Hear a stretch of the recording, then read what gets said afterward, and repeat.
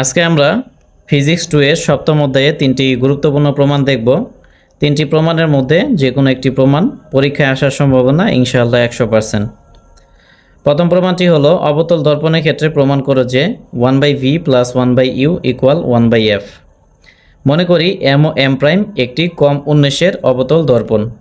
তাহলে m ও m prime একটি কম উন্মেষের অবতল দর্পণ নিলাম, যেখানে ও দর্পণের মেরু, ও হলো দর্পণের মেরু, এফ প্রধান ফোকাস, এফ হলো প্রধান ফোকাস, সি বক্রতার কেন্দ্র, এখানে সি হলো বক্রতার কেন্দ্র, ও এফ সি প্রধান অক্ষ, ও এফ সি হলো প্রধান অক্ষ।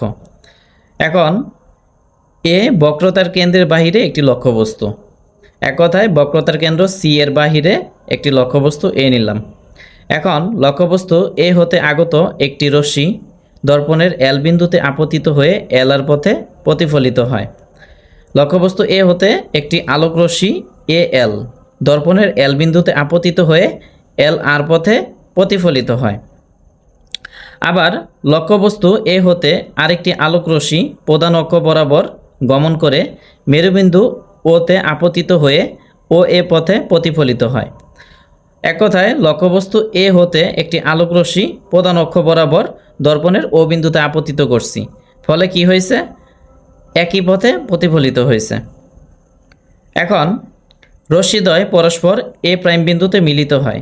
এক কথায় এখানে প্রতিফলিত রশ্মি দুইটা, একটা হলো এল আর, আরেকটা হলো ও এ। এল আর এবং ও এ পরস্পর এ প্রাইম বিন্দুতে মিলিত হয়েছে, সুতরাং এ প্রাইম ই এ বিন্দুর বাস্তব প্রতিবিম্ব। যেহেতু এ প্রাইম বিন্দুতে মিলিত হয়েছে, তার মানে এ প্রাইম ই এ বস্তুর বা এ লক্ষ্যবস্তুর। এখন আমরা সিএল যোগ করব। সিএল যোগ করায় সিএল লম্ব বা অবিলম্ব হবে কার উপর? এম ও এম প্রাইম দর্পণের উপর। তাহলে আমরা লিখব যে সিএল যোগ করি, তাহলে সিএল লম্ব এম ও এম প্রাইম, এক কথায় সিএল এম ও এম প্রাইম দর্পণের উপর অবিলম্ব। এখন এ এল আপতিত রশ্মি আর সিএল অবিলম্ব, তাহলে আপতিত রশ্মি অবিলম্বের সাথে যে কোণ উৎপন্ন করবে তাকে আপতিত কোণ বলে। তাহলে আপতিত কোণ কি হবে? এ এল সি। সেজন্য আমরা লিখব যে কোণ এ এল সি আপতন কোণ। আবার এল আর প্রতিফলিত রশ্মি, প্রতিফলিত রশ্মি অবিলম্বের সাথে যে কোণ উৎপন্ন করে তাকে প্রতিফলন কোণ বলে। তাহলে প্রতিফলন কোণ কি হবে? সি এল আর বা সি এল এ প্রাইম। সেজন্য আমরা লিখব যে কোণ সি এল এ প্রাইম প্রতিফলন কোণ। এখন প্রতিফলনের সূত্রানুসারে আমরা জানি আপতন কোণ প্রতিফলন কোণের সমান, তার মানে এটা ইকুয়াল এটা হবে। এখন আপতন কোণ এবং প্রতিফলন কোণ দুটি পরস্পরের সমান। এটা সমান কেন হয়েছে? সিএল লম্বের জন্য হয়েছে। তাহলে আমরা বলতেই পারি সিএল এতটুক কোণ, মানে কোণ এল এর সমদ্বিখণ্ডক। যেহেতু ভেতরের দিকে সমদ্বিখণ্ডিত হয়েছে, সেজন্য সিএলকে অন্তদ্বিখণ্ডকও বলা যেতে পারে। এখন সিএল হলো কোণ এল, মানে পুরোটুকুর অন্তদ্বিখণ্ডক। এখন এল কোন ত্রিভুজটির মধ্যে আছে? এ এল এ প্রাইম ত্রিভুজের মধ্যে আছে। সেজন্য আমরা লিখতেই পারি সুতরাং এল সি বা সিএল ত্রিভুজ এ এল এ প্রাইম এ কোণ এল এর অন্তদ্বিখণ্ডক। তাহলে যদি অন্তদ্বিখণ্ডক হয়, এক্ষেত্রে আমরা লিখতে পারি A L by AC, A L by AC equal A prime L, A prime L divided by A prime C, A prime C.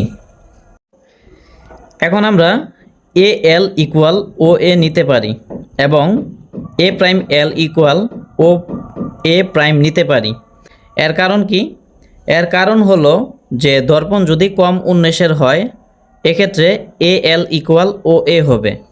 এক কথায় এ এল ইকুয়াল ও এ হবে এবং এ prime L equal O A prime হবে।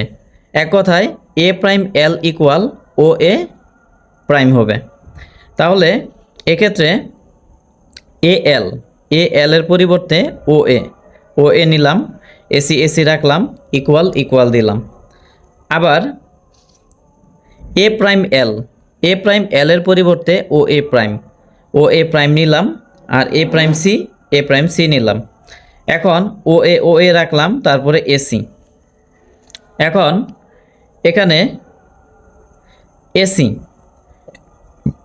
এসির পরিবর্তে আমরা লিখতে পারি ও এ মাইনাস হলো ওসি। এটা কেন লিখব? এটা লেখার কারণ হলো যে এসির পরিবর্তে যদি ও এ নেই, ও এ কি? ও এ হলো লক্ষ্যবস্তুর দূরত্ব। এক কথায় মেরুবিন্দু থেকে লক্ষ্যবস্তু পর্যন্ত দূরত্বকে লক্ষ্যবস্তু দূরত্ব বলে। তারপরে ওসি যদি নেই, ওসি কি? ওসি হলো বক্রতার ব্যাসার্ধ। তার মানে এসির ডিরেক্টলি কোনো মান নাই। যেহেতু এসির ডিরেক্টলি কোনো মান নাই, সেজন্য এসির পরিবর্তে আমরা ও এ মাইনাস ওসি লিখতে পারি। সেজন্য এখানে এসির পরিবর্তে ও এ মাইনাস ওসি লেখা হয়েছে। তারপরে ইকুয়াল ইকুয়াল দিলাম, তারপরে ও এ প্রাইম নিলাম, এরপরে এ প্রাইম সি। এখন এখানে এ প্রাইম সি এটা ডেফিনিটলি কোনো মান নাই। যেহেতু ডেফিনিটলি কোনো মান নাই, এ প্রাইম সি এর পরিবর্তে আমরা OC minus O A prime লিখতে পারি। যদি ওসি নেই, ওসি মানে বক্রতার ব্যাসার্ধ, আর ও এ প্রাইম মানে কি? ও এ প্রাইম মানে হলো প্রতিবিম্বের দূরত্ব। এক কথায় মেরুবিন্দু থেকে প্রতিবিম্ব পর্যন্ত দূরত্বকে প্রতিবিম্বের দূরত্ব বলে, আর মেরুবিন্দু থেকে বক্রতার কেন্দ্র পর্যন্ত দূরত্বকে বক্রতার ব্যাসার্ধ বলে, আর মেরুবিন্দু থেকে প্রধান ফোকাস পর্যন্ত দূরত্বকে ফোকাস দূরত্ব বলে।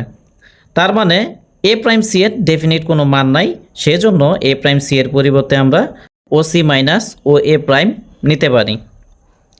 সেজন্য আমরা এ প্রাইম সি এর পরিবর্তে OC minus O A prime নিলাম। এখন চিহ্নের ধনাত্মক প্রথা অনুসারে লক্ষ্যবস্তু দূরত্ব, এক কথায় মেরুবিন্দু থেকে লক্ষ্যবস্তু পর্যন্ত দূরত্ব ও এ ইকুয়াল ইউ লিখতে পারি। তারপরে প্রতিবিম্বের দূরত্ব, প্রতিবিম্বের দূরত্ব বলতে বোঝাচ্ছে যে মেরুবিন্দু থেকে প্রতিবিম্ব পর্যন্ত দূরত্বকেই প্রতিবিম্বের দূরত্ব বলে, তার মানে ও এ প্রাইম। তাহলে O A prime equal V লিখতে পারি। এক কথায় লক্ষ্যবস্তুর দূরত্ব ইউ, প্রতিবিম্বের দূরত্ব ভি। আর মেরুবিন্দু থেকে প্রধান ফোকাস পর্যন্ত দূরত্বকে ফোকাস দূরত্ব বলে। তাহলে এখানে ফোকাস দূরত্ব কি? ও এফ, যাকে সংক্ষেপে এফ দ্বারা প্রকাশ করা হয়। আর মেরুবিন্দু থেকে বক্রতার কেন্দ্র পর্যন্ত দূরত্বকে বক্রতার ব্যাসার্ধ বলে, তার মানে কি? ওসি। ওসি ইকুয়াল আর। এক কথায় বক্রতার ব্যাসার্ধকে সংক্ষেপে আর দ্বারা প্রকাশ করা হয়।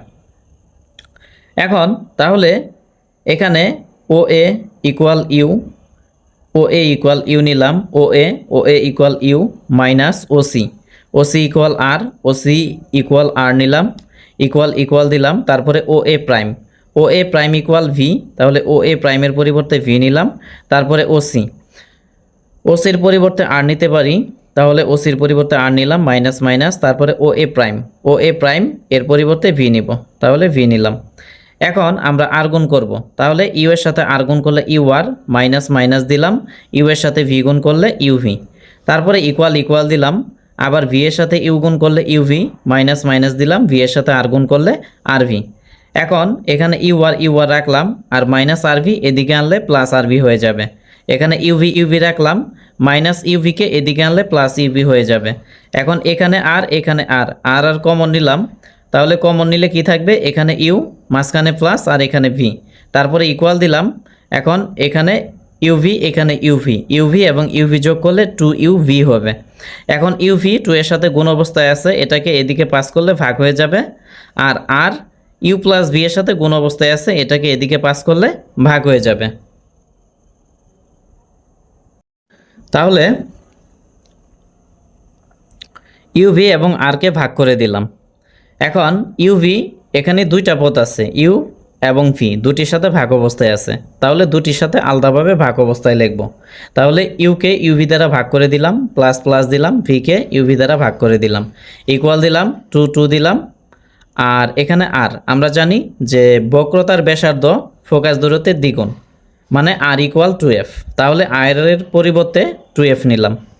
এখন এখানে ইউ কাটা, তাহলে নিচে ভি থাকে আর উপরে কিছু থাকে না, এই জন্য 1 প্লাস ভিভি কাটা, তাহলে নিচে ইউ থাকে উপরে কিছু থাকে না, সেজন্য 1 নিলাম, ইকুয়াল ইকুয়াল দিলাম, 2 কাটা, তাহলে নিচে এফ উপরে কিছু থাকে না, সেজন্য 1 নিলাম। এখন এটিকে সাজিয়ে লিখব, 1/ইউকে প্রথমে নিলাম, তারপরে 1/ভিকে পরে নিলাম, আর 1/এফ নিলাম। এটি প্রমাণিত।